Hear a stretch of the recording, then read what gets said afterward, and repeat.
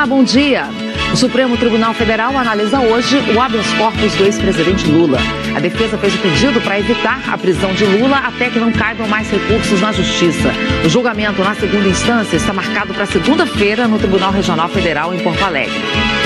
E você vai ver também que um bate-boca entre ministros suspendeu a sessão desta quarta no Supremo. Gilmar Mendes criticou colegas do tribunal e Luiz Roberto Barroso rebateu.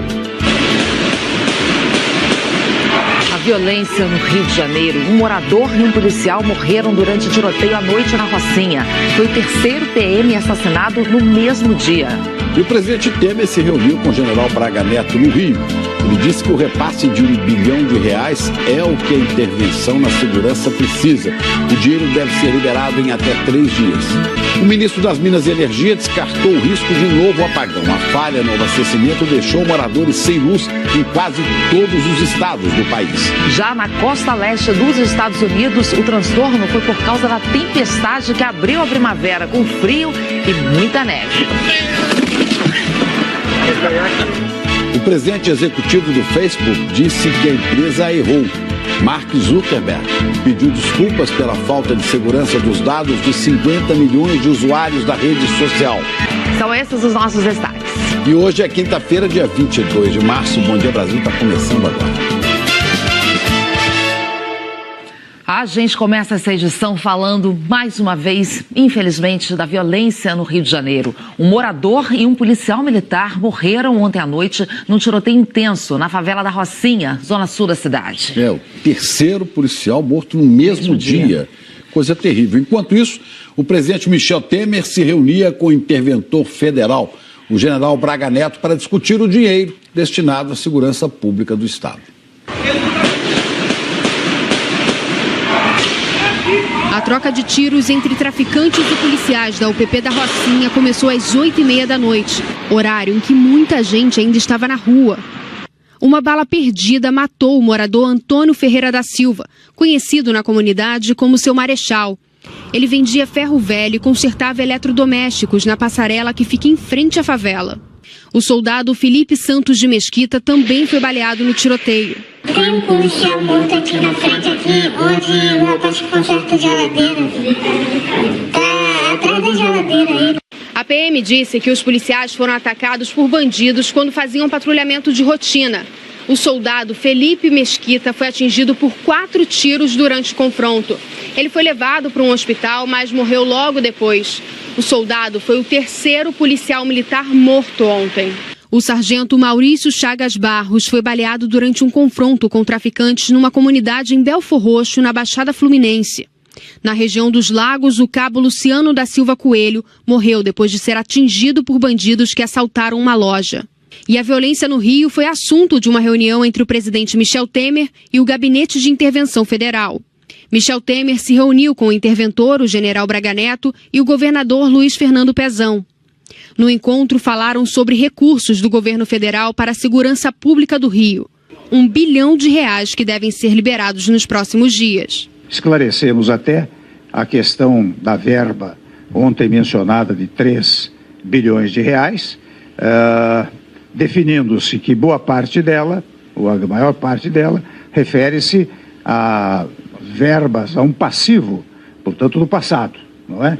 E as necessidades ficam em torno de R$1 bilhão, que nós já estamos destinando muito proximamente, nesses 2, 3 dias, nós estaremos já definindo a alocação desses recursos para a intervenção federal. O presidente não respondeu a perguntas dos jornalistas durante o discurso e falou que está otimista de que a intervenção vai ajudar a combater a violência. E tudo revela, pelo relato feito, que poderá haver uma tendência de queda das várias espécies delituosas. Não restou uma dúvida em relação a isto.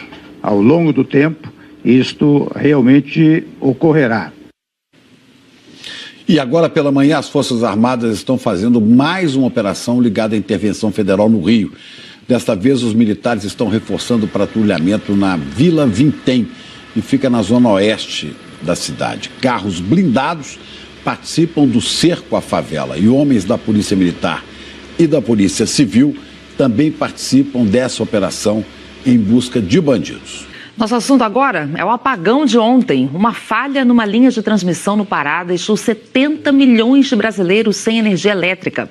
O apagão começou de tarde, olha aqui, por volta de 3h30 da tarde, 3h48, e foi provocado por uma falha num transmissor na subestação do Xingu, que distribui energia elétrica da usina de Belo Monte, no Pará. 14 estados, esses aqui em vermelho, ficaram sem luz, estados no norte e no nordeste. Houve picos de energia também em cidades de outros 8 estados, aqui em vermelho, e no Distrito Federal. Só esses aqui em verde, olha, Acre, Roraima, Espírito Santo e Rio Grande do Sul, não tiveram nenhum problema. O apagão causou desligamento de cerca de 18 mil megawatts. Isso corresponde a 22,5%, ou seja, quase um quarto da carga total do Brasil, segundo o Operador Nacional do Sistema Elétrico. O ministro de Minas e Energia disse que foi um acidente e descartou a possibilidade de novos apagões. A falta de energia, claro, atrapalhou a vida de muita gente e trouxe prejuízos aos comerciantes. No Pará, faltou luz por 2 horas. Comerciantes de Belém recorreram às velas e lanternas para manter as lojas abertas. Difícil mesmo foi na hora de vender. A gente está tentando atender manualmente aqui mesmo. Só quem tem dinheiro, né? Isso, no cartão não passa. Sem energia, a rede de abastecimento de água parou de funcionar em vários bairros. No Amapá, escolas liberaram os alunos mais cedo. E nas ruas da capital, Macapá, vários sinais se apagaram. Aí o trânsito ficou uma bagunça. Mesma situação no Nordeste, onde todos os 9 estados também ficaram sem luz. Em Natal, muitos motoristas ficaram presos no engarrafamento. Um deles desceu do carro para tentar botar ordem no trânsito. Na região metropolitana do Recife, 37 estações do metrô foram fechadas. Complicadíssimo, o pessoal desesperado, tentando pegar um transporte sem conseguir.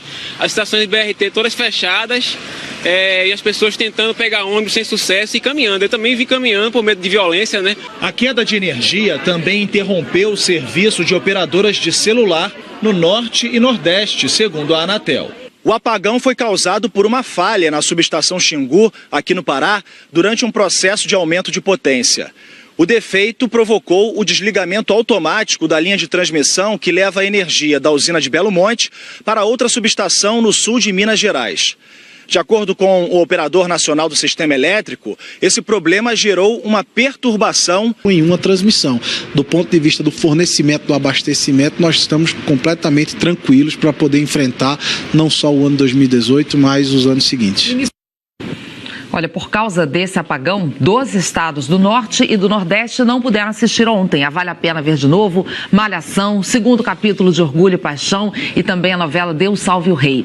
Em respeito aos telespectadores, as nossas emissoras nesses estados vão exibir hoje uma programação especial com o resumo dos capítulos de ontem, mais os capítulos inéditos de hoje.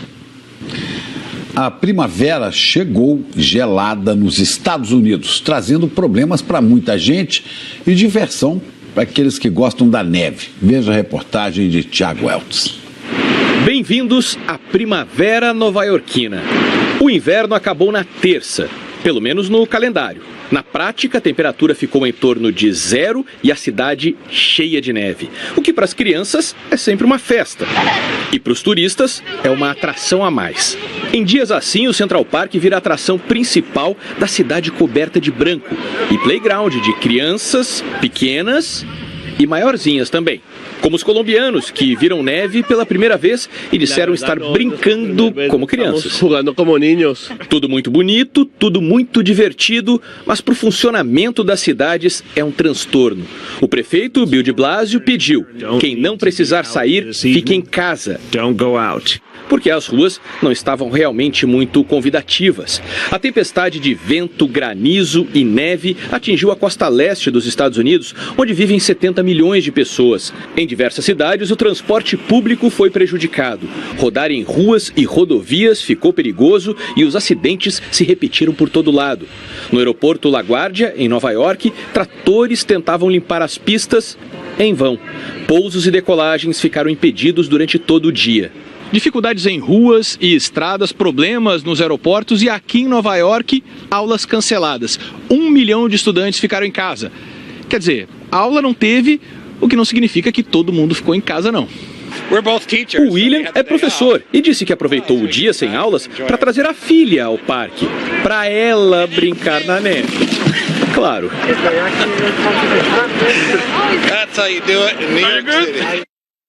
Voltou a ser criança, né?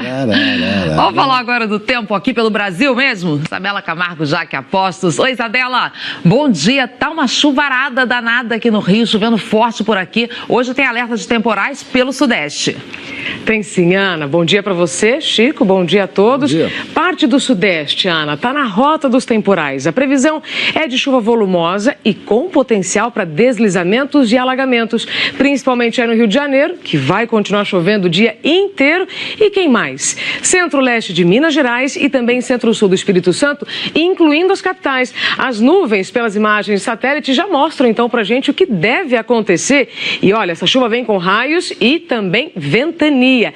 Tempo firme hoje só em duas áreas, veja só, do Rio Grande do Sul até o leste de Santa Catarina e no Rio Grande do Norte. Agora, em todo o restante do país, tem previsão de pancadas de chuva, com mais chance de cair à tarde. A diferença é que onde está verde claro faz mais sol, onde está verde escuro o céu fica mais encoberto. E aí nada impede que já chova um pouquinho agora cedo, é o que está acontecendo na capital paulista.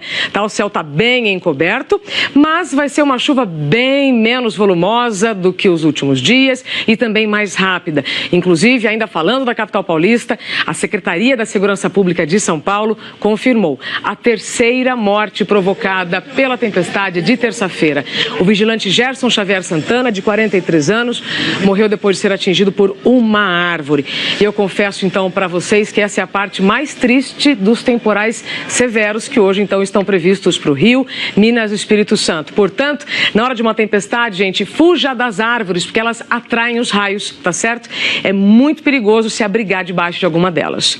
Vamos falar das temperaturas agora. A gente vê aqui no mapa que a previsão para Cuiabá é de 35 graus, 32 Macapá, São Luís, Goiânia, 10 a menos em Curitiba, 26 em São Paulo e 29 no Rio de Janeiro. Chico e Ana, a mesma máxima de ontem. Agora, Isabela, hoje é Dia Mundial da Água, né? Como é que estão os nossos reservatórios? Essa chuva ajudou aí, não?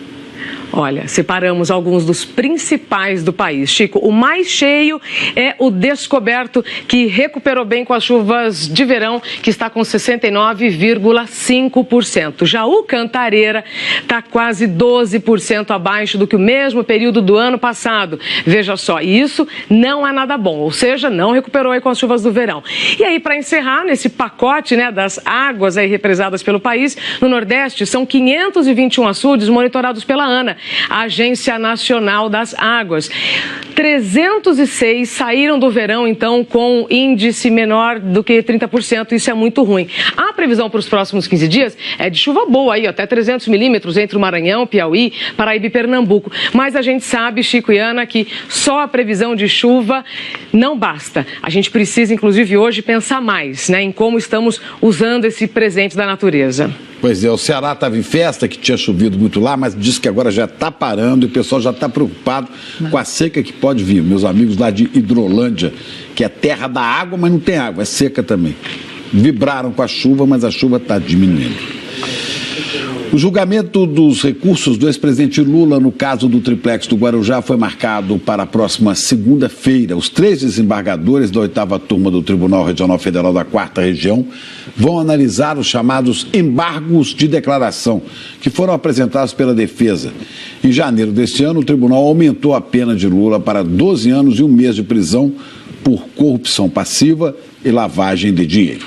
Ainda nesse assunto, as atenções hoje estão voltadas para Brasília. O Supremo Tribunal Federal vai analisar o habeas corpus apresentado pela defesa do ex-presidente Lula. Os advogados tentam, com isso, evitar que Lula seja preso depois dessa análise dos recursos no TRF4. Juliana Morrone, lá de Brasília, tem os detalhes sobre essa decisão hoje no Supremo. Juliana, bom dia. Oi, Ana Paula, bom dia, Chico, bom dia a todos. Olha, os ministros vão analisar um caso específico, que é o pedido de habeas corpus para evitar que o ex-presidente Lula seja preso. É a primeira vez que o plenário do Supremo vai analisar um recurso como esse. Até o momento, os pedidos de advogados para clientes ficarem em liberdade foram analisados individualmente por ministros ou pelas turmas com 5 ministros.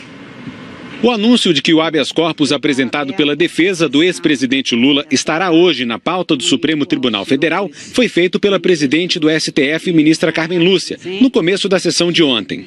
Tendo sido liberada anteontem uma decisão no habeas corpus de relatoria do ministro Fachin 152.727 e pela urgência será apregoado na data de amanhã por não haver possibilidade de pauta anterior, até porque o prazo é curto, a semana que vem teremos a Semana Santa.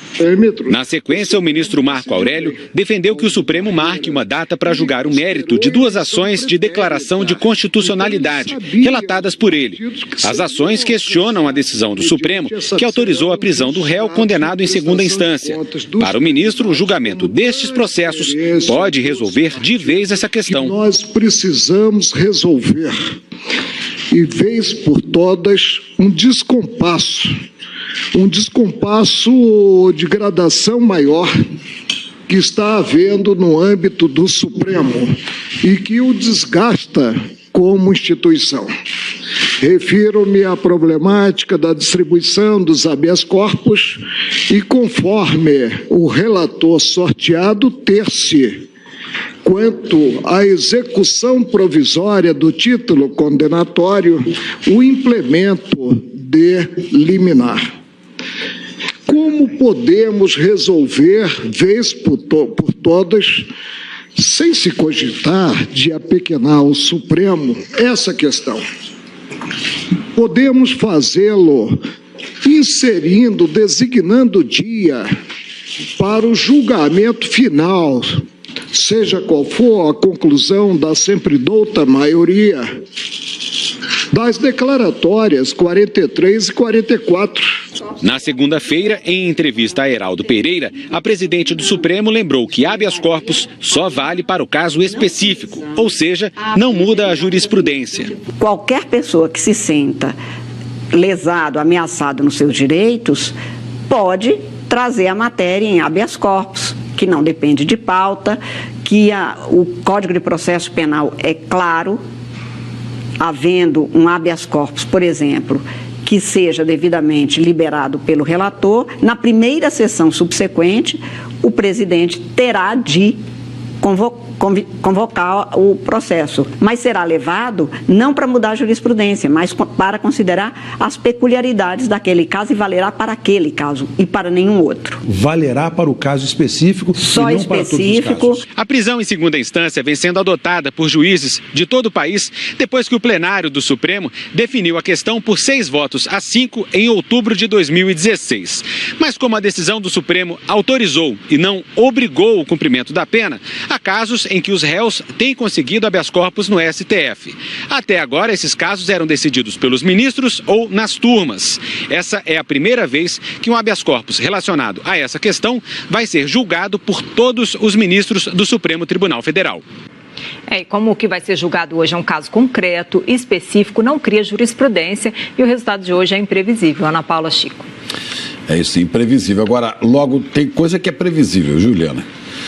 Logo depois de tratar do julgamento do habeas corpus do ex-presidente Lula, os ministros começaram a votar uma ação sobre a proibição de doações ocultas nas campanhas eleitorais. Aí vem o previsível. Durante essa votação, o ministro Gilmar Mendes voltou a falar dos condenados em segunda instância.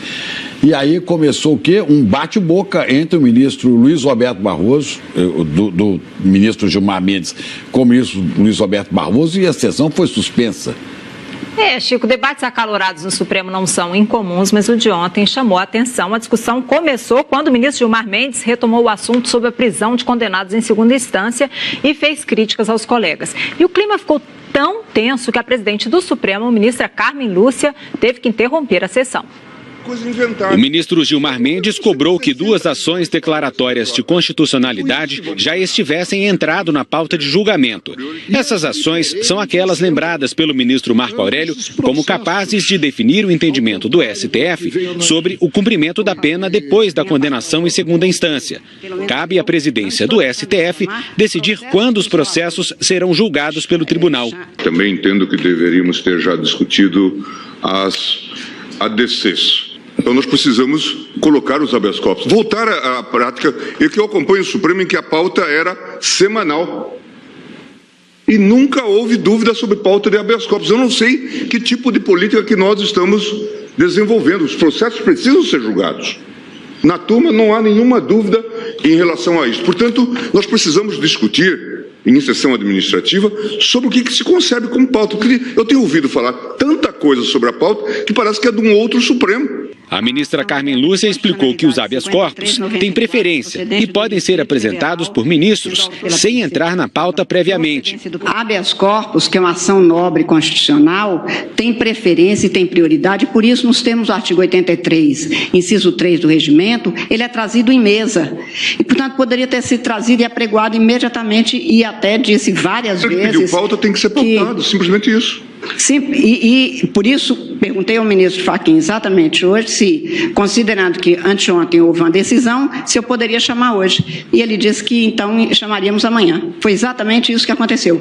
Nos termos do artigo 664 do Código de Processo Penal, a primeira sessão seria hoje e por isso passamos para amanhã até para que o ministro tivesse o aviso a ser dado. Gilmar Mendes, então, reclamou da retirada de pauta do processo sobre o auxílio moradia dos juízes. A previsão era que o caso fosse julgado nesta quinta-feira. Vejo que estávamos preparados para julgar o auxílio moradia e agora ele vai para uma Câmara de Conciliação da AGU. Eu sou muito sensível ao pleito dos magistrados, defendo a ideia de que haja uma uniformização dessa temática.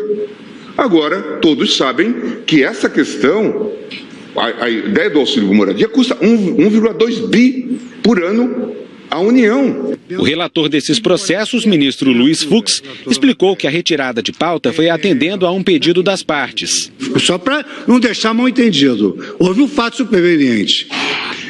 As associações e a União têm pendências constitucionais. Então, a solução que elas vão propor certamente é a eliminação do auxílio moradia e o ajuste das obrigações constitucionais que o poder público não cumpre. Agora, só acho que nós temos ministro, mas se houve um pedido da parte, a União concorda, é a obrigação estabelecida na lei. O Estado deve tentar a solução consensual dos litígios até o final, inclusive nos tribunais. Na sequência, Gilmar Mendes criticou decisões do próprio tribunal. A proibição de que empresas doem para campanhas eleitorais e uma da primeira turma que revogou a prisão preventiva de 5 médicos e funcionários de uma clínica de aborto. O relator deste caso foi o ministro Luiz Roberto Barroso. É preciso que a gente denuncie isto.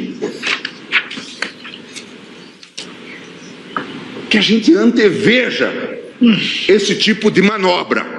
Porque não se pode fazer isso com o Supremo Tribunal Federal. Agora eu vou dar uma desperto e vou conseguir a decisão do aborto. De preferência na turma com 3 ministros. Aí a gente faz um 2-1. O ministro Luiz Roberto Barroso rebateu. Me deixa de fora desse seu mau sentimento. Você é uma pessoa horrível, uma mistura do mal com atraso e pitadas de psicopatia. Isso não tem nada a ver com o que está sendo julgado. É um absurdo, Vossa Excelência, aqui fazer um comício cheio de ofensas, grosserias. Vossa Excelência não consegue articular um argumento, fica procurando. Já ofendeu a presidente, já ofendeu o ministro Fux, agora chegou a mim. A vida para Vossa Excelência é ofender as pessoas. Não tem nenhuma ideia. Não tem nenhuma ideia. Nenhuma. Só ofende as pessoas. Ofende as pessoas. Qual é a sua ideia? Qual é a sua proposta? Nenhuma. É bilis, ódio, mau sentimento, mal secreto. É uma coisa horrível. Vossa Excelência nos envergonha. Vossa Excelência é uma desonra para o tribunal. Uma desonra para todos nós. Um temperamento agressivo, grosseiro, rude. É péssimo isso.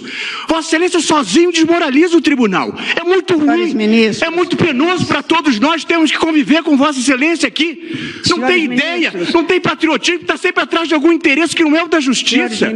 Uma coisa horrorosa. Uma coisa horrorosa, uma vergonha. Um constrangimento. É muito feio isso. Isso é um Supremo Tribunal Federal. Presidente, eu estou com a palavra e continuo. Presidente, por favor. Estou com a palavra e continuo. Para o voto. Não, estou com a palavra e continuo, presidente. Está suspenso ou não está? Está suspensa a sessão. Eu continuo com a palavra, presidente. presidente. Eu continuo com a palavra. Presidente, eu vou recomendar ao ministro Barroso que feche o seu escritório. Feche o seu escritório de advocacia. Peça a sessão, dispensa a sessão. No retorno da sessão, o advogado Técio Lins e Silva pediu que o Supremo marque uma data para julgar as duas ações que pedem a revisão dessa autorização que o STF deu para que condenados em segunda instância já cumpram a pena. Mas o pedido foi negado pela presidente, a ministra Carmen Lúcia. Vou indeferir, vou dizer por quê. Em primeiro lugar, há uma pauta publicada e as pautas eu tenho objetivamente com base no regimento interno pautado previamente. Portanto, prefiro continuar desse jeito. O ministro Luiz Roberto Barroso enviou uma carta à presidente do Supremo, lembrando que, antes de tomar posse no Supremo, deixou o escritório em que trabalhava.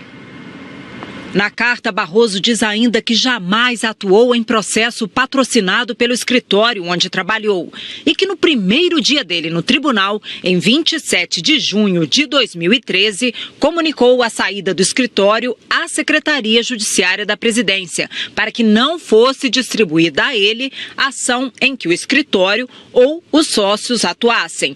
Barroso também enviou a Carmen Lúcia cópia do ofício encaminhado à Secretaria Judiciária em 2013. Essa carta foi entregue depois do término da sessão. A gente vai para um intervalo, viu? E já voltaremos para falar de mais uma redução na taxa Selic. O valor agora é o menor da história. Estudos mostram aí porque os endividados, porque os estudantes, eles acreditaram que os cursos seriam pagos pelas próprias universidades. Vamos trazer detalhes sobre isso já. Mark Zuckerberg reconheceu as falhas na segurança dos dados no Facebook. E você também vai ver as notícias mais importantes de São Paulo. O trânsito aí na Marginal do Rio Pinheiros, perto da Ponte Estaiada, em direção a Castelo Branco, vai bem ruim. Agora 8h02. O Ministério Público está investigando uma universidade que oferece cursos em 9 estados do país e que está sendo acusada de fraude por centenas de alunos. Eles acreditaram na promessa de que os cursos seriam pagos pela própria universidade e agora estão afundados em dívidas. Foi o anúncio deste panfleto com a promessa de faculdade de graça que atraiu a dona Regina. A única exigência era pagar uma taxa de R$50 a cada 3 meses. Mais nada. A propaganda diz: a Uniesp assumirá o pagamento do financiamento estudantil, o FIES, e deixa claro que o aluno vai receber um certificado que todas as mensalidades serão pagas pela universidade.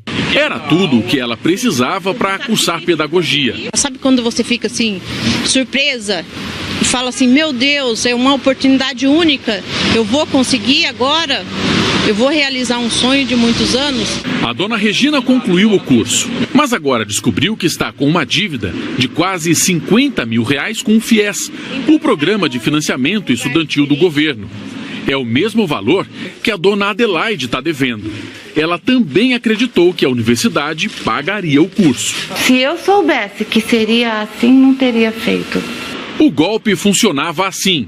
O aluno prestava um vestibular, era aprovado, começava a estudar e depois entregava vários documentos para a Uniesp, um grupo educacional presente em 9 estados e com mais de 100 unidades. A universidade, então, encaminhava essa documentação para um banco. Em seguida, orientava o aluno a assinar um contrato que, na verdade, era o financiamento estudantil.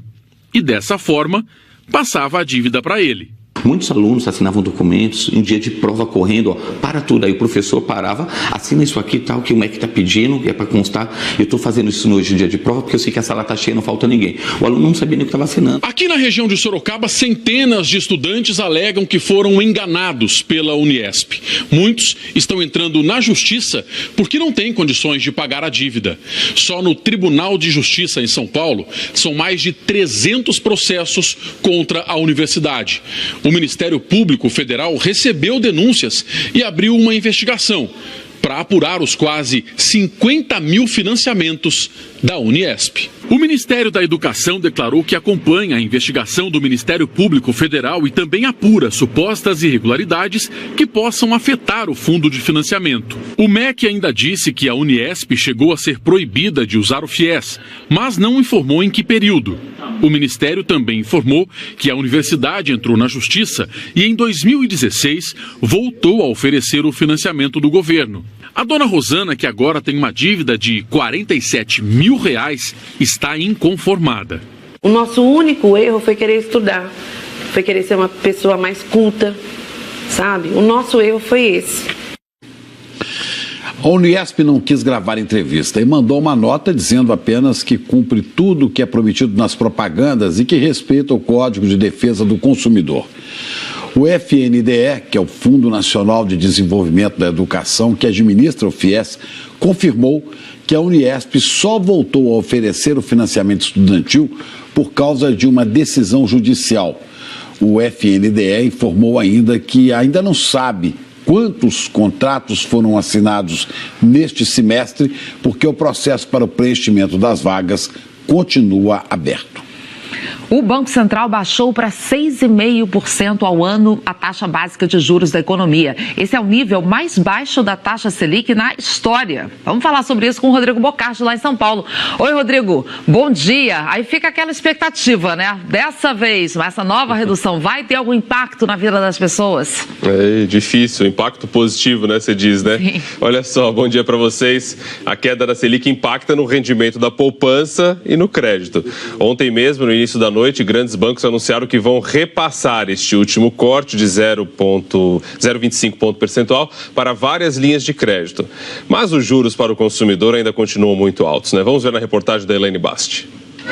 A inflação, que continua baixa, tem surpreendido os economistas e também o Banco Central.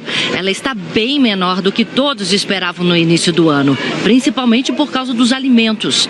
Esse é um dos principais motivos para a decisão unânime entre os diretores do Banco Central. Foi o 12º corte seguido da taxa Selic. O desemprego ainda muito alto no país também desencoraja novos reajustes de preços.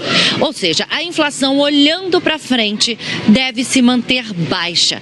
É o que dizem os economistas. E isso é um sinal importante, levado em conta pelo Banco Central, para a queda dos juros básicos no país.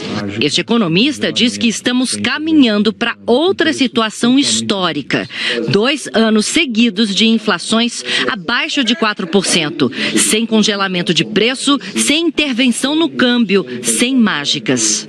Nós nunca tivemos 2 anos assim desde a Segunda Guerra Mundial. O Brasil, nesse sentido, está correndo o risco de virar um país normal. Um país como muitos outros lá fora, com preços relativamente estáveis, o que permite para as famílias uma gestão do seu orçamento muito mais tranquila do que nos momentos que já vivemos no passado. O Banco Central indicou a possibilidade de um novo corte na taxa de juros. Grandes bancos anunciaram no início da noite que vão repassar o corte de 0,25 ponto percentual para várias linhas de crédito. Mesmo assim, os juros continuarão bem altos. É o que mostra o levantamento da Associação Nacional de Executivos de Finanças, levando em conta já a nova taxa básica. No comércio, por exemplo, os juros devem cair de 88,83% ao ano para 88,40%. No cartão de crédito, de 318,50% para 317,61% ao ano. A queda da taxa Selic também afeta o rendimento da caderneta de poupança, que em janeiro e fevereiro teve mais saques que depósitos. Nos primeiros 15 dias deste mês foi diferente. Com a nova redução, a ANEFAC estima que o rendimento da poupança passe a ser de 4,55% ao ano mais a TR. Antigamente a gente tinha um piso para o rendimento da poupança, mas esse piso não existe mais. Agora o rendimento da poupança é uma fração dessa taxa que o Banco Central determina, portanto, se a taxa cai, o rendimento da poupança também cai. Tá aí, por isso que eu estava falando de aspecto positivo e aspecto negativo, né? Ana Paula e Chico, a gente vê aí a queda na Selic e a dureza para cair aí. Os bancos alegam que tem custos, né? Com pessoal, com a agência, com o aplicativo, com o custo do dinheiro, com a inadimplência e tudo mais. Mas por que não abrimos um banquinho, hein? Nada justifica essa taxa absurda, né, de juros que a gente ainda paga, Rodrigo. Imagina um lucro, né, no final do ano dos maiores bancos do Brasil de mais de 60 bilhões de reais, né? Vamos abrir um banquinho, viu, Rodrigo? A Polícia Federal faz agora de manhã uma operação junto com a Receita Federal contra um esquema de fraude em créditos tributários em São Paulo. Vamos entender melhor com a repórter Paula Araújo, que está na sede da Polícia Federal. Paula, bom dia. Esse esquema tinha participação, inclusive, de uma analista tributária da Receita Federal. Oi, Ana e Chico, bom dia a vocês, bom dia a todos. É isso mesmo, inclusive as investigações começaram em dezembro de 2016 por conta de uma denúncia contra essa analista da Receita Federal. A denúncia inicial era de que ela manipulava, mexia, alterava dados oficiais com relação a créditos tributários.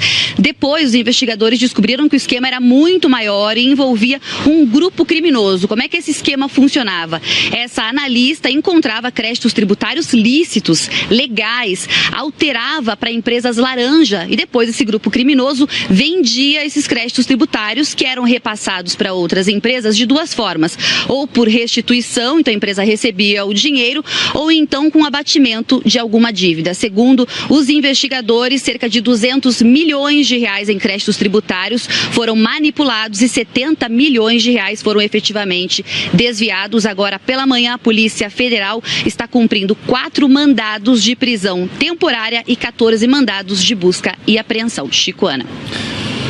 Pois é, Paula, e manipulação também no Face. O presidente executivo do Facebook, Mark Zuckerberg, se manifestou pela primeira vez depois do escândalo do vazamento de dados de mais de 50 milhões de usuários do Facebook. Zuckerberg admitiu falhas na segurança da plataforma e pediu desculpas aos envolvidos. Depois das ações do Facebook terem caído 10%, Mark Zuckerberg, o presidente da rede social, finalmente se manifestou e disse: "Se não pudermos proteger os seus dados, não merecemos servir a vocês." O que ele diz é que desde 2014 implementou mudanças para impedir o acesso aos seus dados sem autorização. É que o grande escândalo começou com esse teste de personalidade que viralizou no começo de 2014. Parece um teste inofensivo, como outros vários que circulam no Facebook. Tipo, com que celebridade você se parece? Ou qual o seu QI? Quando você faz um desses testes, autoriza que a empresa que criou o jogo tenha acesso aos seus dados pessoais. E muitas vezes também aos dados dos seus amigos.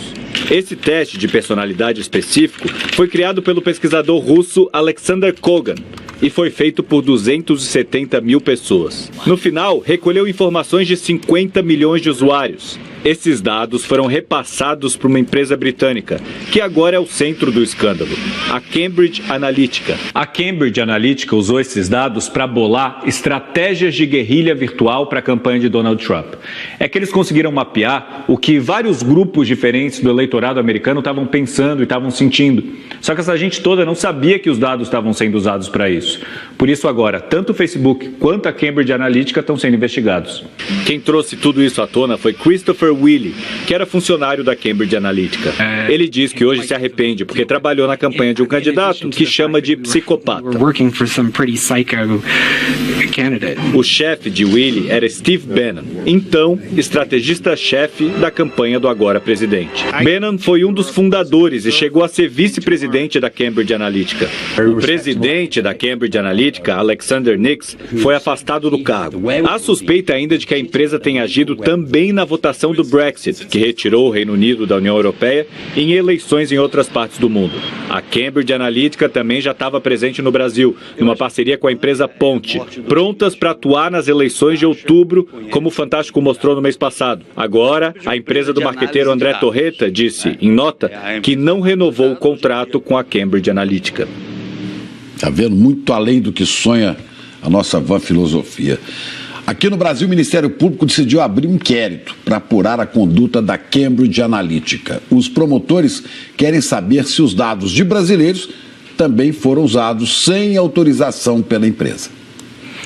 Hoje é Dia Mundial da Água e pesquisadores de vários países reunidos aqui no Brasil estão discutindo tecnologias que permitem monitorar e também evitar o desperdício de água. Juliana, tem tecnologia de ponta, mas também tem soluções simples, acessíveis para as pessoas usarem em casa. Chico, e os pesquisadores e empreendedores apresentaram projetos e ideias para monitoramento, captação, reuso da água no Fórum Mundial da Água e fizeram um alerta sobre a situação dos nossos rios. Durante todo o dia, ela estava como uma cortina no céu da cidade. Em Brasília, esta semana, para onde se olha, o assunto é a água. A tecnologia que vem sendo desenvolvida nos últimos anos para acompanhá-la em todos os aspectos é o que mais se discute no Fórum Mundial da Água.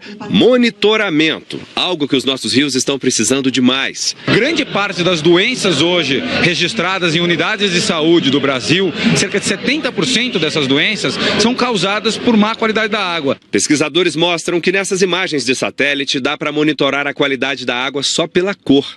O sistema hoje é usado na recuperação do Rio Doce, depois da tragédia de Mariana. E se nem todo rio hoje é fonte de água pura, buscar a alternativa lá do alto pode ajudar. Esta participante do fórum apresentou a cisterna para captar a água da chuva. Nós fizemos esse sistema com bombonas reaproveitadas, reservatórios reaproveitados da indústria alimentícia. Ele é direcionado para famílias de baixa renda e com pouco espaço físico em suas residências. O fórum também promoveu uma disputa entre startups e empreendedores. No Desafio Água, o Felipe e a Anitta, que têm 12 anos, criaram um sistema de irrigação capaz de verificar o nível de umidade do solo e com acionamento automático. Se tiver no horário de irrigação, ele vai recorrer a um sensor de umidade e se a terra estiver seca, ele vai ligar o sistema de irrigação. Ele acaba sendo bem barato e economiza mais de 50% de água. As tecnologias discutidas neste fórum são para fazer a água render mais nas nossas mãos. Tudo que é estudado e proposto aqui só tem resultado se de fato vier uma mudança de hábito. É o que os visitantes passam a entender depois de andar por esses corredores e se lembrar do que costumam fazer no dia a dia.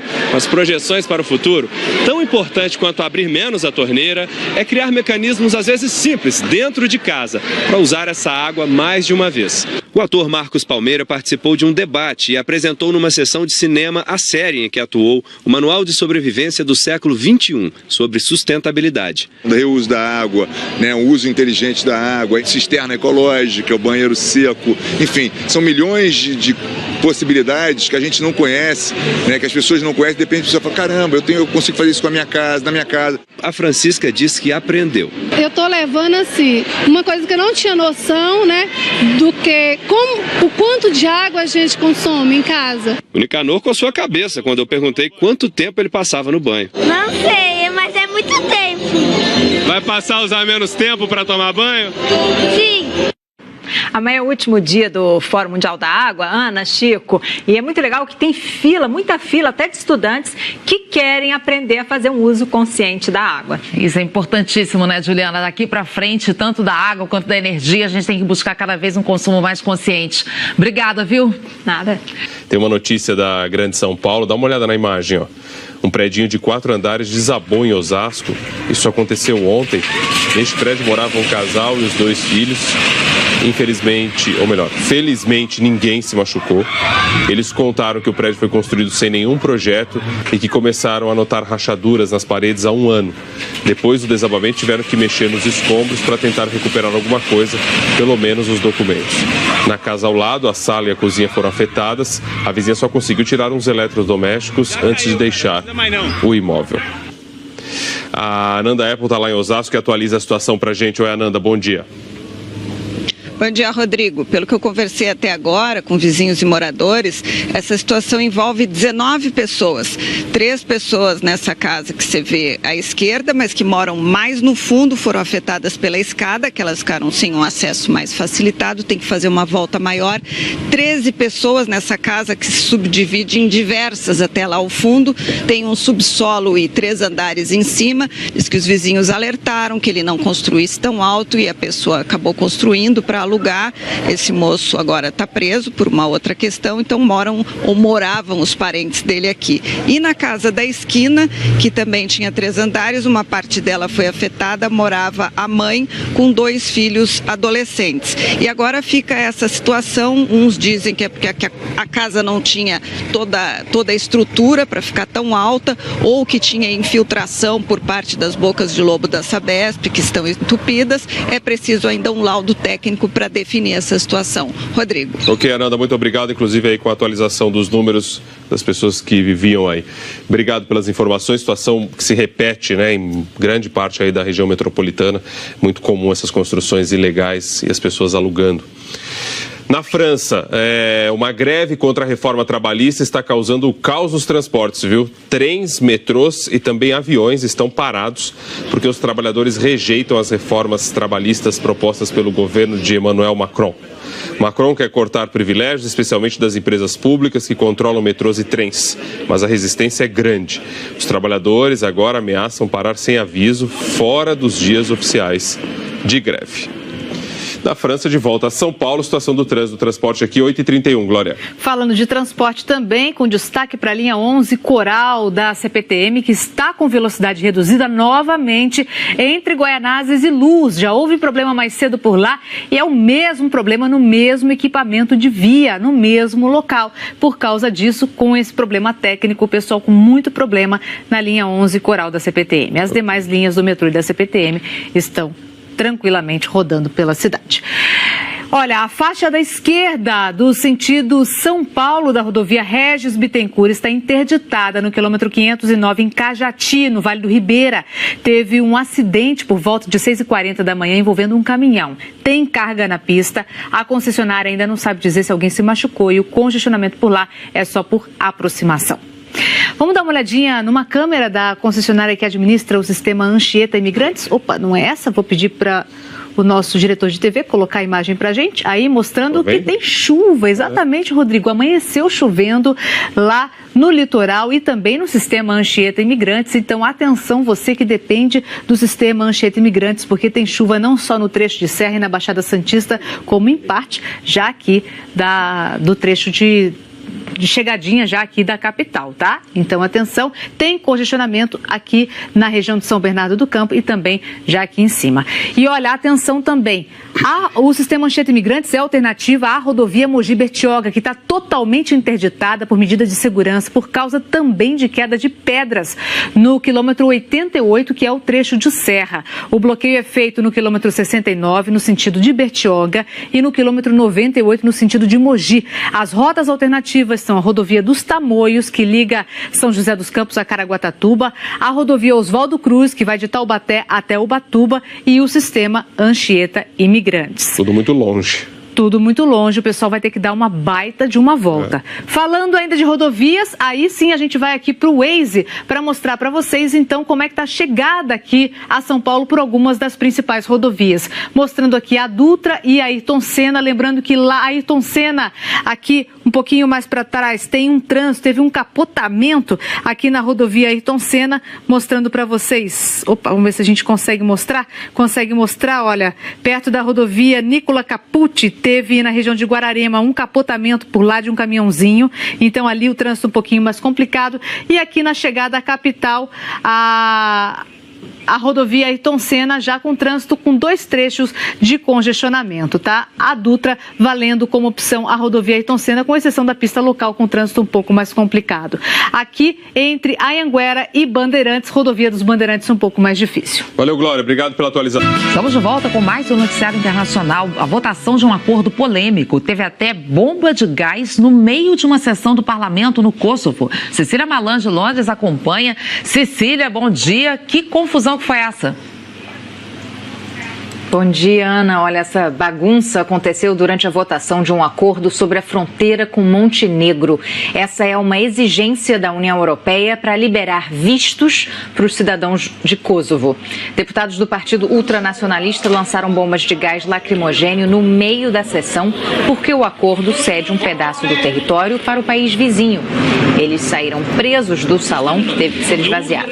A questão é tão polêmica que já forçou eleições antecipadas e uma mudança de governo na antiga província sérvia. Só no fim da noite a sessão foi retomada e o acordo aprovado. Valeu, Cecília. Olha, a partir de hoje, os motoristas aqui de São Paulo podem tirar a carteira de motorista digital no celular.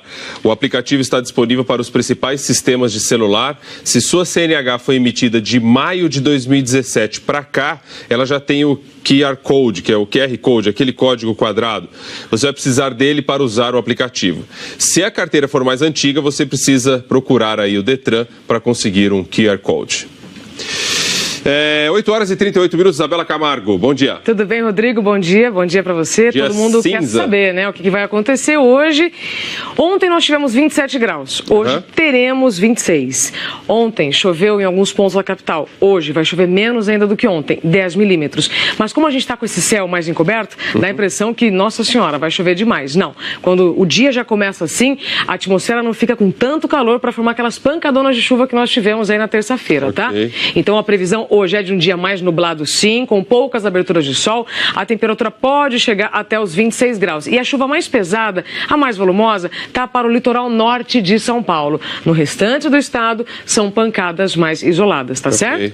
Agora, vamos ver o seguinte. Como hoje é o dia, né, da água, nós já falamos isso mais cedo, nós vamos repetir, porque o Cantareira está com 54,1%. Ah, mas isso é bom? Depende, se a gente comparar com o mesmo período do ano passado, é quase 12% a menos. Ou seja, não está tão bom assim. Saímos do período chuvoso com o reservatório não tão cheio quanto deveria, se a gente comparar especialmente com os outros, tá certo?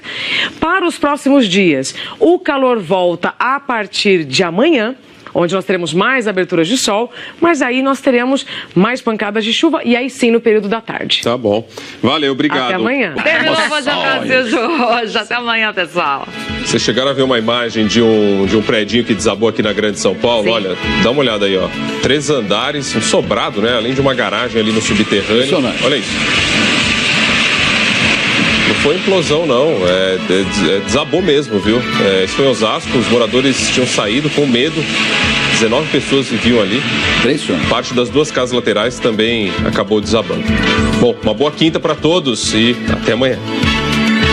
Hoje à tarde as atenções estão voltadas para o Supremo. A sessão que vai julgar o pedido da defesa para evitar a prisão de Lula está marcada para 2 da tarde, mas não deve ser esse o primeiro item da pauta, não. E a gente vai acompanhar para você. Uma ótima quinta. Como eu fiz ontem, vou me despedir hoje também com mais uma encrenca entre os governos da Rússia e aqui do Reino Unido. O ministro do Exterior britânico Boris Johnson disse que Vladimir Putin vai usar a Copa do Mundo para melhorar a imagem russa no mundo, assim como Hitler fez com a Alemanha nazista na Olimpíada de 1936. Hoje, o Kremlin chamou a comparação de repugnante e inaceitável. Onde isso vai parar, ninguém sabe. Até amanhã, gente. Segue uma troca dura aí de acusações, né? Olha, Bom Dia Brasil então terminando por aqui. Amanhã a gente se vê. Até lá, bom dia. Bom dia pra você. Bom dia e parabéns pra você em Santo Ângelo, Rio Grande do Sul. 145 anos. Até amanhã.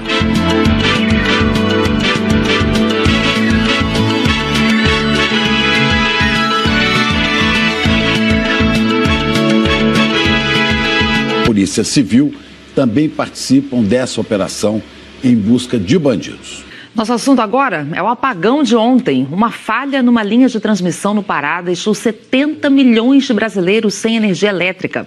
O apagão começou de tarde, olha aqui, por volta de 3h30 da tarde, 3h48, e foi provocado por uma falha num transmissor na subestação do Xingu, que distribui energia elétrica da usina de Belo Monte, no Pará. 14 estados, esses aqui em vermelho, ficaram sem luz, estados no norte e no nordeste. Houve picos de energia também em cidades de outros 8 estados, aqui em vermelho, e no Distrito Federal. Só esses aqui em verde, olha, Acre, Roraima, Espírito Santo e Rio Grande do Sul, não tiveram nenhum problema. O apagão causou desligamento de cerca de 18 mil megawatts. Isso corresponde a 22,5%, ou seja, quase um quarto da carga total do Brasil, segundo o Operador Nacional do Sistema Elétrico. O ministro de Minas e Energia disse que foi um acidente e descartou a possibilidade de novos apagões. A falta de energia, claro, atrapalhou a vida de muita gente e trouxe prejuízos aos comerciantes. No Pará, faltou luz por 2 horas. Comerciantes de Belém recorreram às velas e lanternas para manter as lojas abertas. Difícil mesmo foi na hora de vender. A gente está tentando atender manualmente aqui mesmo. Só quem tem dinheiro, né? E esse no cartão não passa. Sem energia, a rede de abastecimento de água parou de funcionar em vários bairros. No Amapá, escolas liberaram os alunos mais cedo. E nas ruas da capital, Macapá, vários sinais se apagaram. Aí o trânsito ficou uma bagunça.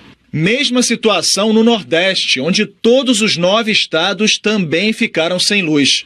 Em Natal, muitos motoristas ficaram presos no engarrafamento. Um deles desceu do carro para tentar botar ordem no trânsito.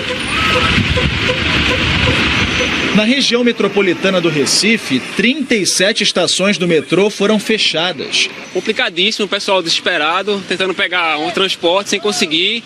As estações de BRT todas fechadas e as pessoas tentando pegar ônibus sem sucesso e caminhando. Eu também vim caminhando por medo de violência, né? A queda de energia também interrompeu o serviço de operadoras de celular no Norte e Nordeste, segundo a Anatel. O apagão foi causado por uma falha na subestação Xingu, aqui no Pará, durante um processo de aumento de potência. O defeito provocou o desligamento automático da linha de transmissão que leva a energia da usina de Belo Monte para outra subestação no sul de Minas Gerais. De acordo com o operador nacional do sistema elétrico, esse problema gerou uma perturbação em uma transmissão. Do ponto de vista do fornecimento, do abastecimento, nós estamos completamente tranquilos para poder enfrentar não só o ano 2018, mas os anos seguintes. Olha, por causa desse apagão, 12 estados do Norte e do Nordeste não... Confirmou que a Uniesp só voltou a oferecer o financiamento estudantil por causa de uma decisão judicial. O FNDE informou ainda que ainda não sabe quantos contratos foram assinados neste semestre, porque o processo para o preenchimento das vagas continua aberto. O Banco Central baixou para 6,5% ao ano a taxa básica de juros da economia. Esse é o nível mais baixo da taxa Selic na história. Vamos falar sobre isso com o Rodrigo Bocardi, lá em São Paulo. Oi, Rodrigo, bom dia. Aí fica aquela expectativa, né? Dessa vez, essa nova redução vai ter algum impacto na vida das pessoas? É difícil, impacto positivo, né? Você diz, né? Sim. Olha só, bom dia para vocês. A queda da Selic impacta no rendimento da poupança e no crédito. Ontem mesmo, no início da noite, grandes bancos anunciaram que vão repassar este último corte de 0,25 ponto percentual para várias linhas de crédito. Mas os juros para o consumidor ainda continuam muito altos, né? Vamos ver na reportagem da Elaine Basti. A inflação que continua baixa tem surpreendido os economistas e também o Banco Central. Ela está bem menor do que todos esperavam no início do ano, principalmente por causa dos alimentos. Esse é um dos principais motivos para a decisão unânime entre os diretores do Banco Central. Foi o 12º corte seguido da taxa Selic. O desemprego ainda muito alto no país também desencoraja novos reajustes de preços. Ou seja, a inflação olhando para frente deve se manter baixa. É o que dizem os economistas e isso é um sinal importante levado em conta pelo Banco Central para a queda dos juros básicos no país. Este economista diz que estamos caminhando para outra situação histórica. 2 anos seguidos de inflações abaixo de 4%, sem congelamento de preço, sem intervenção no câmbio, sem mágicas. Nós nunca tivemos 2 anos assim desde a Segunda Guerra Mundial. O Brasil, nesse sentido, está correndo o risco de virar um país normal. Um país como muitos outros lá fora, com preços relativamente estáveis, o que permite para as famílias uma gestão do seu orçamento muito mais tranquila do que nos momentos que já vivemos no passado. O Banco Central indicou a possibilidade de um novo corte na taxa de juros. Grandes bancos anunciaram no início da noite que vão repassar o corte de 0,25 ponto percentual para várias linhas de crédito. Mesmo assim, os juros continuarão bem altos. É o que mostra o levantamento da Associação Nacional de Executivos de Finanças, levando em conta já a nova taxa básica. No comércio, por exemplo, os juros devem cair de 88,83%. A alocação desses recursos para a intervenção federal. O presidente não respondeu a perguntas dos jornalistas durante o discurso e falou que está otimista de que a intervenção vai ajudar a combater a violência. E tudo revela, pelo relato feito, que poderá haver uma tendência de queda dos várias espécies delituosas. Não restou uma dúvida em relação a isto. Ao longo do tempo, isto realmente ocorrerá.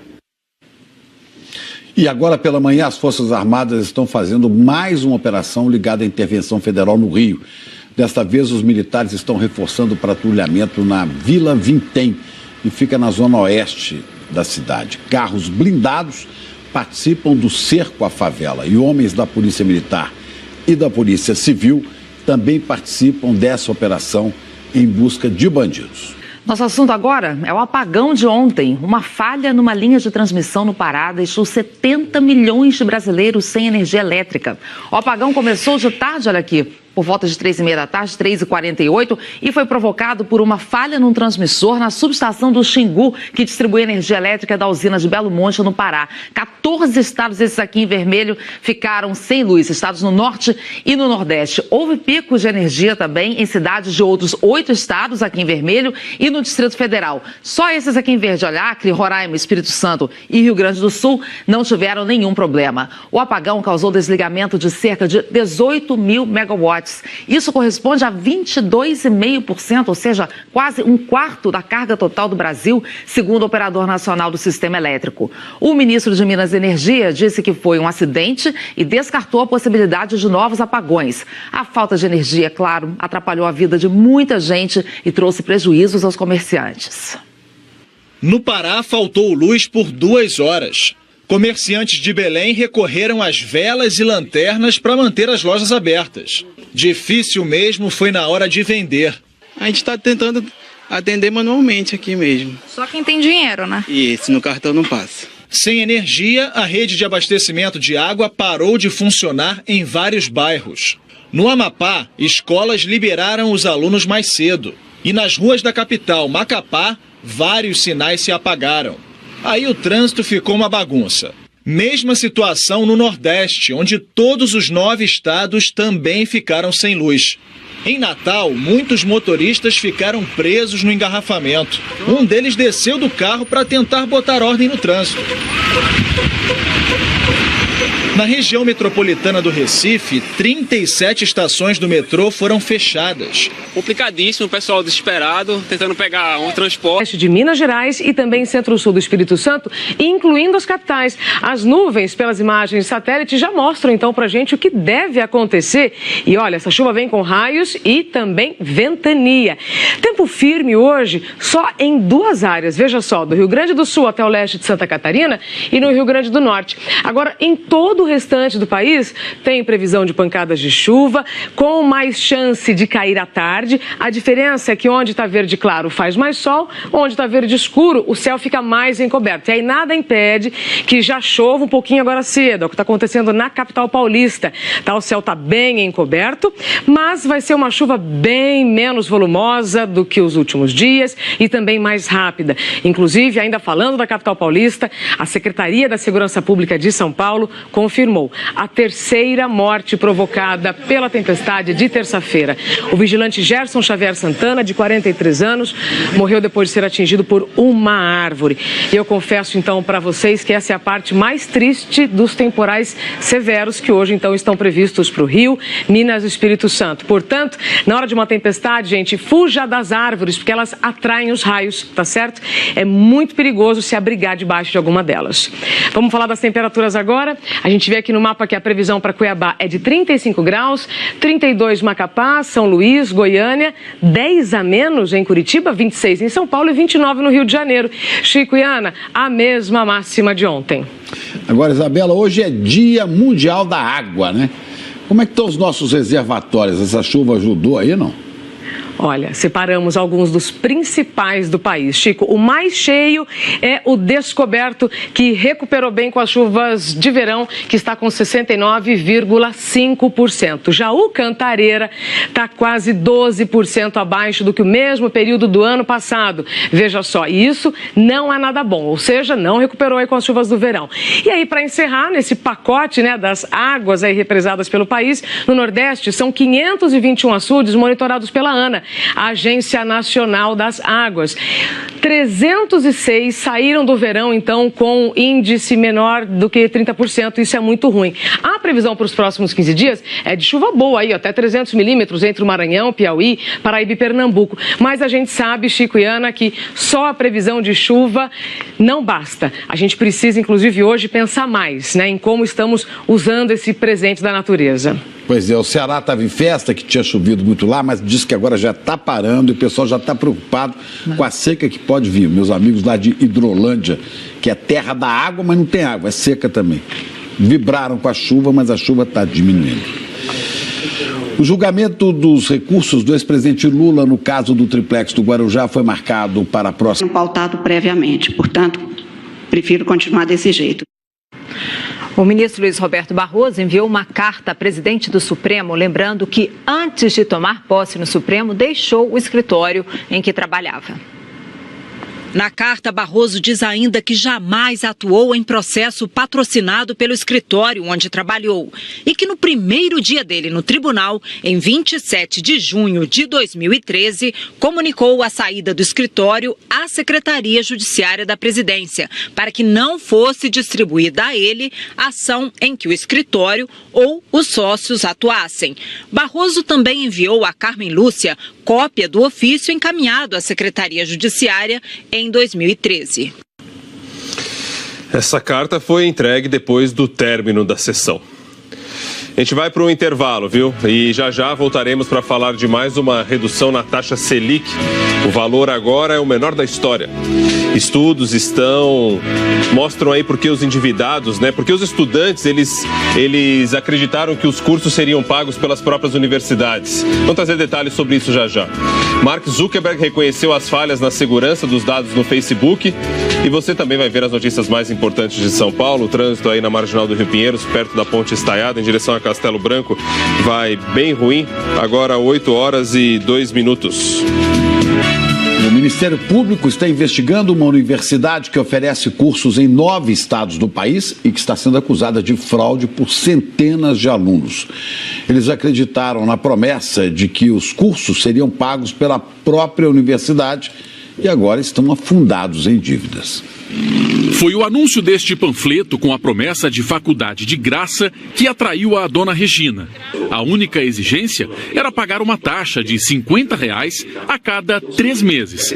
Mais nada. A propaganda diz: a Uniesp assumirá o pagamento do financiamento estudantil, o FIES, e deixa claro que o aluno vai receber um certificado que todas as mensalidades serão pagas pela universidade.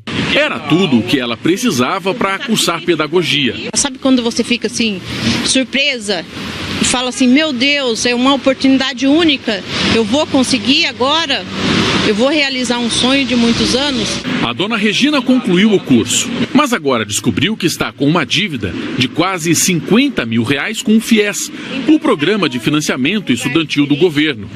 É o mesmo valor que a dona Adelaide está devendo.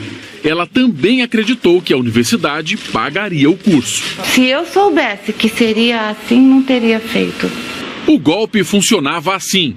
O aluno prestava um vestibular, era aprovado, começava a estudar e depois entregava vários documentos para a Uniesp. Foi feito por 270 mil pessoas. No final, recolheu informações de 50 milhões de usuários. Esses dados foram repassados para uma empresa britânica, que agora é o centro do escândalo, a Cambridge Analytica. A Cambridge Analytica usou esses dados para bolar estratégias de guerrilha virtual para a campanha de Donald Trump. É que eles conseguiram mapear o que vários grupos diferentes do eleitorado americano estavam pensando e estavam sentindo. Só que essa gente toda não sabia que os dados estavam sendo usados para isso. Por isso agora, tanto o Facebook quanto a Cambridge Analytica estão sendo investigados. Quem trouxe tudo isso à tona foi Christopher Willey, que era funcionário da Cambridge Analytica.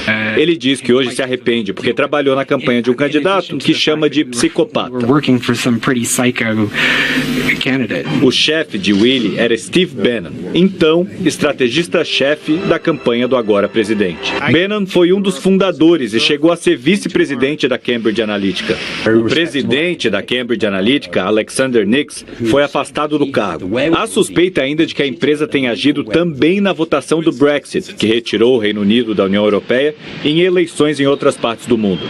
A Cambridge Analytica também já estava presente no Brasil, numa parceria com a empresa Ponte, prontas para atuar nas eleições de outubro, como o Fantástico mostrou no mês passado. Agora, a empresa do marqueteiro André Torreta disse, em nota, que não renovou o contrato com a Cambridge Analytica. Está vendo? Muito além do que sonha a nossa vã filosofia. Aqui no Brasil, o Ministério Público decidiu abrir um inquérito para apurar a conduta da Cambridge Analytica. Os promotores querem saber se os dados de brasileiros também foram usados sem autorização pela empresa. Hoje é Dia Mundial da Água e pesquisadores de vários países reunidos aqui no Brasil estão discutindo tecnologias que permitem monitorar e também evitar o desperdício de água. Juliana, tem tecnologia de ponta, mas também tem soluções simples, acessíveis para as pessoas usarem em casa. Chico, e os pesquisadores e empreendedores apresentaram projetos e ideias para monitoramento, captação, reuso da água no Fórum Mundial da Água e fizeram um alerta sobre a situação dos nossos rios. Durante todo o dia, ela estava como uma cortina no céu da cidade. Em Brasília, esta semana, para onde se olha, o assunto é a água. A tecnologia que vem sendo desenvolvida nos últimos anos para acompanhá-la em todos os aspectos é o que mais se discute no Fórum Mundial da Água. Monitoramento, algo que os nossos rios estão precisando demais. Grande parte das doenças hoje registradas em unidades de saúde do Brasil, cerca de 70% dessas doenças são causadas por má qualidade da água. Pesquisadores mostram que nessas imagens de satélite dá para monitorar a qualidade da água só pela cor. O sistema hoje é usado na recuperação do Rio Doce, depois da tragédia de Mariana. E se nem todo rio hoje é... E agora pela manhã as Forças Armadas estão fazendo mais uma operação ligada à intervenção federal no Rio. Desta vez os militares estão reforçando o patrulhamento na Vila Vintém, que fica na zona oeste da cidade. Carros blindados participam do cerco à favela e homens da Polícia Militar e da Polícia Civil também participam dessa operação em busca de bandidos. Nosso assunto agora é o apagão de ontem. Uma falha numa linha de transmissão no Pará deixou 70 milhões de brasileiros sem energia elétrica. O apagão começou de tarde, olha aqui, por volta de 3h30 da tarde, 3h48, e foi provocado por uma falha num transmissor na subestação do Xingu, que distribui energia elétrica da usina de Belo Monte, no Pará. 14 estados, esses aqui em vermelho, ficaram sem luz, estados no norte e no nordeste. Houve picos de energia também em cidades de outros 8 estados, aqui em vermelho, e no Distrito Federal. Só esses aqui em verde, olha, Acre, Roraima, Espírito Santo e Rio Grande do Sul, não tiveram nenhum problema. O apagão causou desligamento de cerca de 18 mil megawatts. Isso corresponde a 22,5%, ou seja, quase um quarto da carga total do Brasil, segundo o Operador Nacional do Sistema Elétrico. O ministro de Minas e Energia disse que foi um acidente e descartou a possibilidade de novos apagões. A falta de energia, claro, atrapalhou a vida de muita gente e trouxe prejuízos aos comerciantes. No Pará, faltou luz por 2 horas.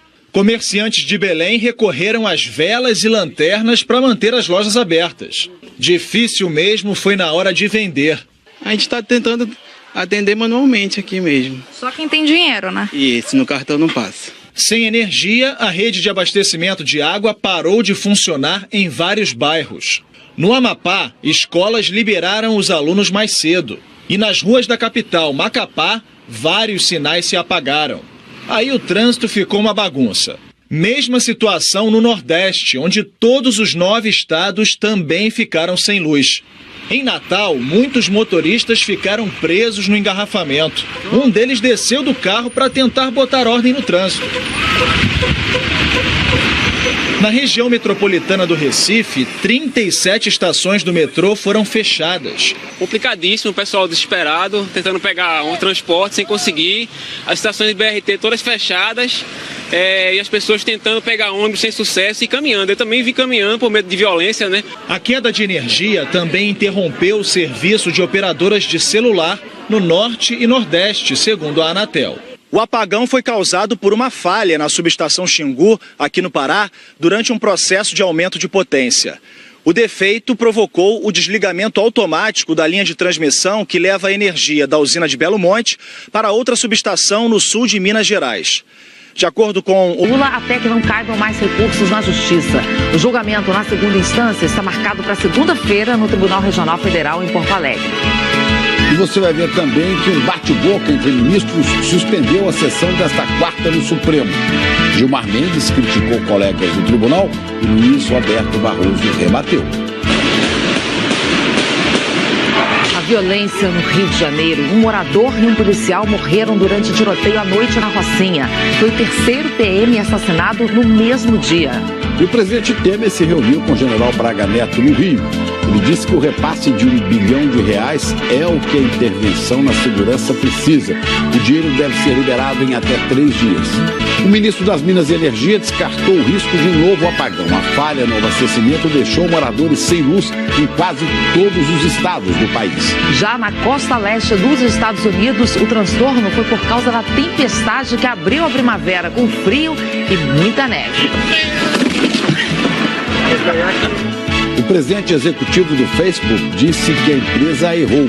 Mark Zuckerberg pediu desculpas pela falta de segurança dos dados de 50 milhões de usuários da rede social. São esses os nossos destaques. E hoje é quinta-feira, dia 22 de março. Bom Dia Brasil está começando agora. A gente começa essa edição falando, mais uma vez, infelizmente, da violência no Rio de Janeiro. Um morador e um policial militar morreram ontem à noite num tiroteio intenso na favela da Rocinha, zona sul da cidade. É, o terceiro policial morto no mesmo dia. Coisa terrível. Enquanto isso, o presidente Michel Temer se reunia com o interventor federal, o general Braga Neto, para discutir o dinheiro destinado à segurança pública do Estado. A troca de tiros entre traficantes e policiais da UPP da Rocinha começou às 8h30 da noite, horário em que muita gente ainda estava na rua. Uma bala perdida matou o morador Antônio Ferreira da Silva, conhecido na comunidade como Seu Marechal. Ele vendia ferro velho e consertava eletrodomésticos na passarela que fica em frente à favela. O soldado Felipe Santos de Mesquita também foi baleado no tiroteio. Tem um policial morto aqui na frente, onde o rapaz conserta geladeira. Tá atrás da geladeira aí. A PM disse que os policiais foram atacados por bandidos quando faziam patrulhamento de rotina. O soldado Felipe Mesquita foi atingido por 4 tiros durante o confronto. Ele foi levado para um hospital, mas morreu logo depois. O soldado foi o terceiro policial militar morto ontem. O sargento Maurício Chagas Barros foi baleado durante um confronto com traficantes numa comunidade em Belfor Roxo, na Baixada Fluminense. Na região dos Lagos, o cabo Luciano da Silva Coelho morreu. A Francisca disse que aprendeu. Eu tô levando assim, uma coisa que eu não tinha noção, né, do que, o quanto de água a gente consome em casa. O Nicanor coçou a cabeça quando eu perguntei quanto tempo ele passava no banho. Não sei, mas é muito tempo. Vai passar a usar menos tempo para tomar banho? Sim. Amanhã é o último dia do Fórum Mundial da Água, Ana, Chico, e é muito legal que tem fila, muita fila, até de estudantes que querem aprender a fazer um uso consciente da água. Isso é importantíssimo, né, Juliana? Daqui para frente, tanto da água quanto da energia, a gente tem que buscar cada vez um consumo mais consciente. Obrigada, viu? Nada. Tem uma notícia da Grande São Paulo, dá uma olhada na imagem, ó. Um predinho de 4 andares desabou em Osasco. Isso aconteceu ontem. Neste prédio moravam um casal e os 2 filhos. Infelizmente, ou melhor, felizmente, ninguém se machucou. Eles contaram que o prédio foi construído sem nenhum projeto e que começaram a notar rachaduras nas paredes há 1 ano.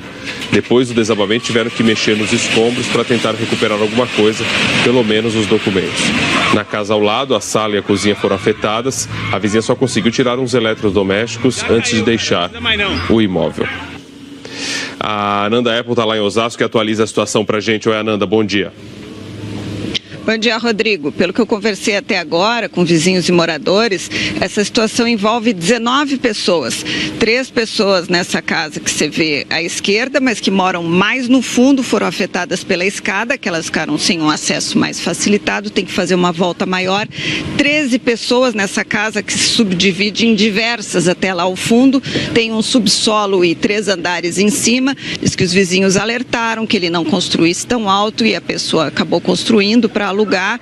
Esse moço agora está preso por uma outra questão, então moravam os parentes dele aqui. E na casa da esquina, que também tinha 3 andares, uma parte dela foi afetada, morava a mãe com 2 filhos adolescentes. E agora fica essa situação, uns dizem que é porque a casa não tinha toda a estrutura para ficar tão alta, ou que tinha infiltração por parte das bocas de lobo da Sabesp, que estão entupidas. É preciso ainda um laudo técnico para definir essa situação. Rodrigo. Ok, Ananda, muito obrigado, inclusive aí com a atualização dos números das pessoas que viviam aí.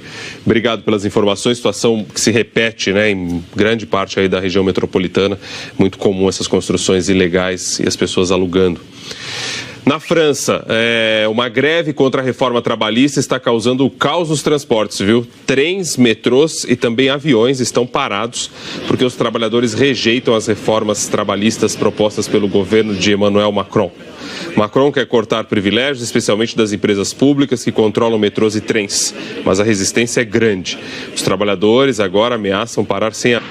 Uma bala perdida matou o morador Antônio Ferreira da Silva, conhecido na comunidade como Seu Marechal. Ele vendia ferro velho e consertava eletrodomésticos na passarela que fica em frente à favela.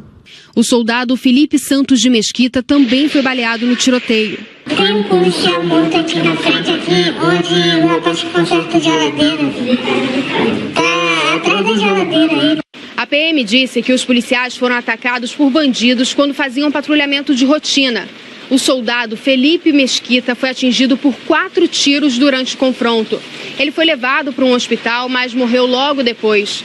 O soldado foi o 3º policial militar morto ontem. O sargento Maurício Chagas Barros foi baleado durante um confronto com traficantes numa comunidade em Belfor Roxo, na Baixada Fluminense. Na região dos Lagos, o cabo Luciano da Silva Coelho morreu depois de ser atingido por bandidos que assaltaram uma loja. E a violência no Rio foi assunto de uma reunião entre o presidente Michel Temer e o Gabinete de Intervenção Federal.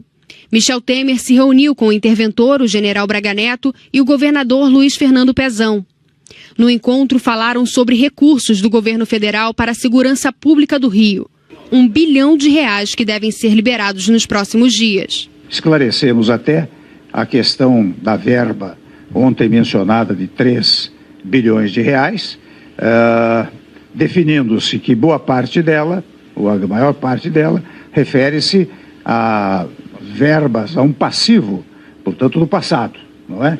E as necessidades ficam em torno de R$1 bilhão, que nós já estamos destinando muito proximamente, nesses 2, 3 dias, nós estaremos já definindo a alocação desses recursos para a intervenção federal. O presidente não respondeu a perguntas dos jornalistas durante o discurso e falou que está otimista de que a intervenção vai ajudar a combater a violência. E tudo revela, pelo relato feito, que poderá haver uma tendência de queda das várias espécies delituosas. Não restou uma dúvida em relação a isto. Ao longo do tempo, isto realmente ocorrerá. E agora pela manhã as Forças Armadas estão fazendo mais uma operação ligada à intervenção federal no Rio.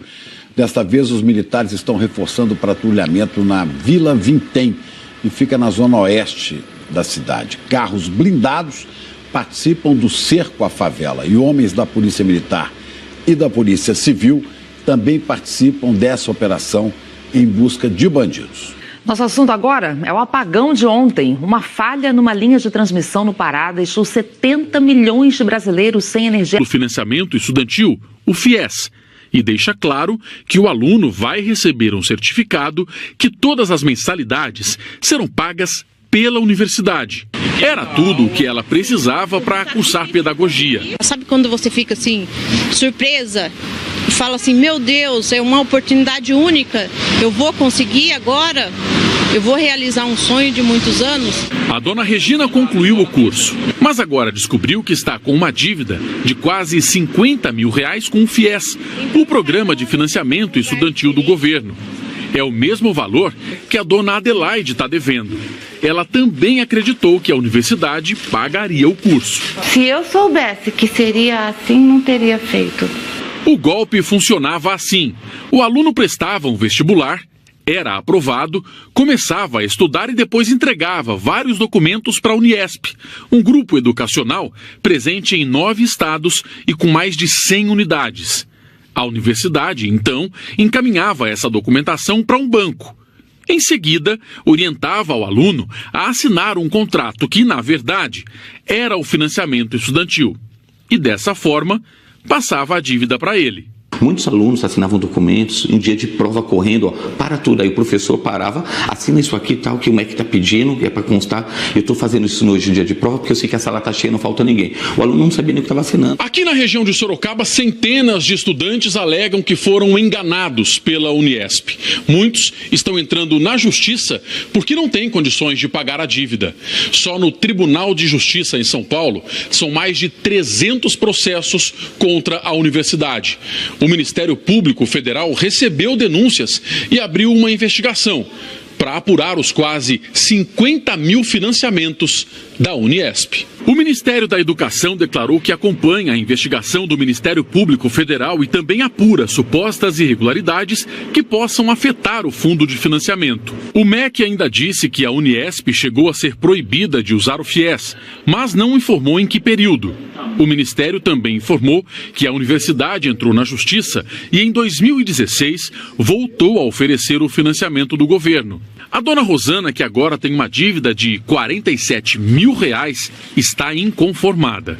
O nosso único erro foi querer estudar, foi querer ser uma pessoa mais culta, sabe? O nosso erro foi esse. A Uniesp não quis gravar entrevista e mandou uma nota dizendo apenas que cumpre tudo o que é prometido nas propagandas e que respeita o Código de Defesa do Consumidor.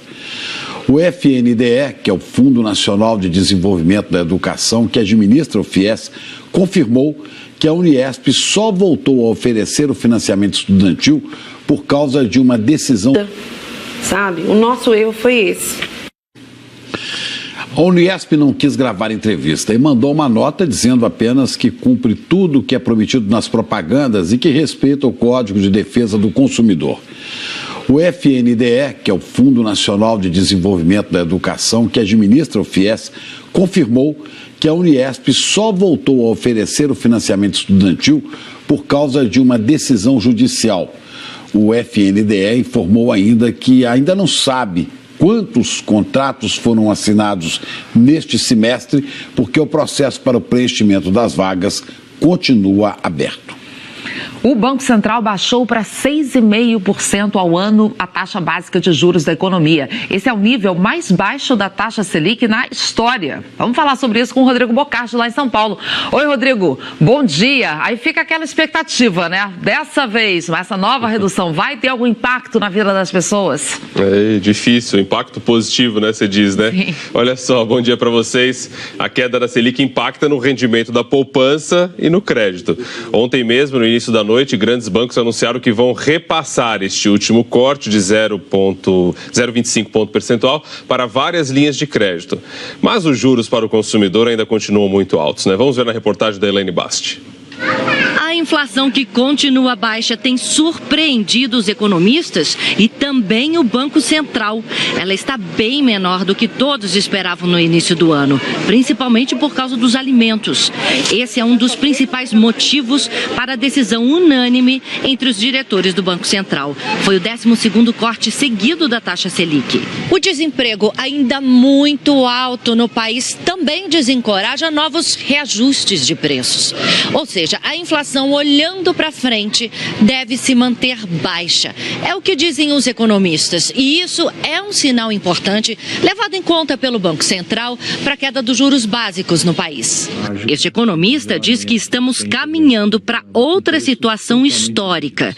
2 anos seguidos de inflações abaixo de 4%, sem congelamento de preço, sem intervenção no câmbio, sem mágicas.